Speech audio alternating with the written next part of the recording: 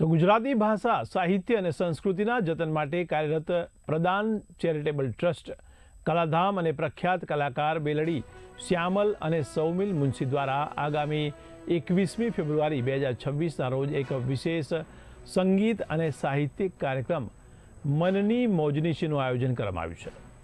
આ દિવસની પસંદગી પાછળનું વિશેષ કારણ એ છે કે તે દિવસે વિશ્વ માતૃભાષા દિવસ છે, જે આ આયોજનને વધુ ગૌરવપ્રદ બનાવે છે।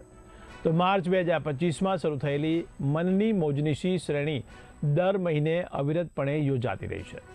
ફેબ્રુઆરીમાં યોજાનારો આ કાર્યક્રમ આ શ્રેણીનો 12મો મણકો છે, જેની સાથે આ ઉપક્રમે સફળતાપૂર્વક પોતાનું એક વર્ષ પૂર્ણ કરશે। આ કાર્યક્રમ ગુજરાતી સાહિત્ય પરિષદના હોલ ખાતે યોજાશે, જે સંસ્થા દ્વારા આ ઉમદા હેતુ માટે નિઃશુલ્ક ફાળવવામાં આવે છે। આ અંગે કલાત્મક અને સંગીત સંબંધી પાસાઓની ચર્ચા માટે પ્રખ્યાત કલાકારો આરતી મુનશી તથા શ્યામલ અને સૌમિલ મુનશીએ માહિતી આપી હતી।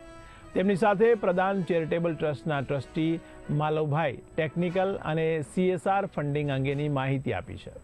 ઉલ્લેખનીય છે કે ગુજરાતી સાહિત્ય પરિષદ દ્વારા પણ આ ઉમદા હેતુ માટે હોલ નિઃશુલ્ક ફાળવીને સહયોગ આપવામાં આવે છે।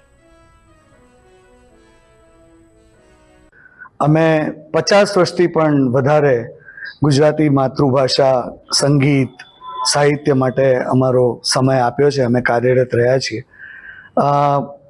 પ્રદાન ચેરિટેબલ ટ્રસ્ટ કલાધામ અને પ્રદાન ચેરિટેબલ ટ્રસ્ટ વટથી ગુજરાતી એ હવે પછીનો અમારો સંકલ્પ છે। જીવન સંગીત યાત્રાના 50 વર્ષ પૂરા કર્યા બાદ હવે અમે ગુજરાતી બાળકો માટે, યુથ માટે, નવોદિત કલાકારો માટે અને સમાજને, કલા જગતને કંઈક આપવાનો પ્રયત્ન કર્યો છે। અમે ગયા માર્ચ મહિનામાં મનની મોજનીશીનો એક અનોખો ઉપક્રમ શરૂ કર્યો। એમાં અમે જે તે મહિનામાં આવતા કવિઓની જન્મ દિવસ અને નિર્વાણ દિવસ ને યાદ કરીને એમની કોઈ કૃતિનું ગાયન પઠન કરીએ છીએ અને આમ એમની સ્મરણ વંદના કરવાનો આ અવસર હોય છે। તો મનની મોજનીશી એ 12મો મણકો પૂરો કરી રહ્યો છે અને યોગાનુયોગ વિશ્વ માતૃભાષા 21મી ફેબ્રુઆરીના રોજ આવે છે। એ જ દિવસે આ 12મો મણકો અમે રજૂ કરીશું।